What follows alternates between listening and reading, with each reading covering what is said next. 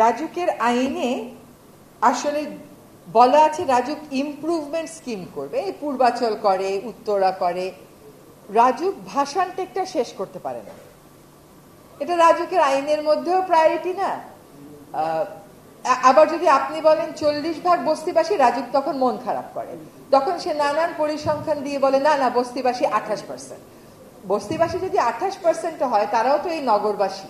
তো আপনি যদি সাম্যের কথা বলেন তাহলে টাউন ইমপ্রুভমেন্ট অ্যাক্টের ওই যে ইমপ্রুভমেন্ট স্কিমগুলো আপনি নেন, ওই স্কিমগুলোর সাথে এই মানুষগুলোর বসতি অধিকারের কি সম্পর্ক আছে?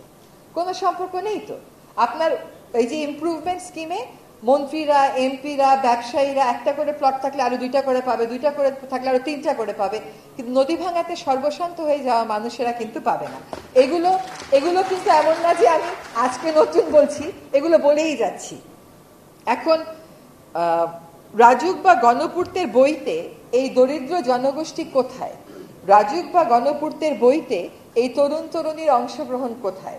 রাজুক বা গণপূর্তের বইতে নগরবাসীর অংশগ্রহণ কোথায়? এইটা আমাদেরকে জানতে হবে। আমরা একটা আহ্বান জানিয়ে একটু শেষ করব। আমাদের বক্তা বলেছেন যে তরুণদের সৃজনশীলতা, তরুণদের চাহিদা, তরুণদের প্রয়োজন তো আমাদেরকে মিটাতে হবে। ঢাকা শহরের মাঠগুলো দেখেন, ঢাকা খালি মনে হয় কি মানুষ শুধু থাকবেই, মানুষের আর কোনো প্রয়োজন নেই, শুধু থাকতে পারলেই হলো। তার যে ঘর থেকে বেরিয়ে একটু খেলতে হয়, রাস্তার মোড়ে একটু বসতে হয়, ছোট্ট ছোট্ট প্যাচগুলোকে মোড়ের জায়গাগুলো থেকে একটা আরবান স্পেস করে দেওয়ার সুযোগ থাকে, কিন্তু যেখানে 2টা বেঞ্চ থাকলেই মানুষ বসতে পারে। সেখানে আপনি দেখেন আমাদের মেট্রো রেলের জন্য মাঠের মধ্যে গিয়ে মেট্রো রেলের সরঞ্জাম রাখতে হবে। আমাদের ধানমন্ডির মাঠগুলো প্রাইভেট ক্লাবকে দিয়ে দেওয়া হয়েছে। এখন সরকারের প্রেক্ষাপট বদলেছে, প্রাইভেট ক্লাবের মালিকানার ধরনও বদলে গেছে, কিন্তু মাঠগুলো তো আর উন্মুক্ত হয়নি। কাজে বসতি মানে কিন্তু আমার একটা খালি বাসা থাকবে তা না, বসতি মানে একটা বাসযোগ্য অবস্থানে আমি থাকবো, সেটা।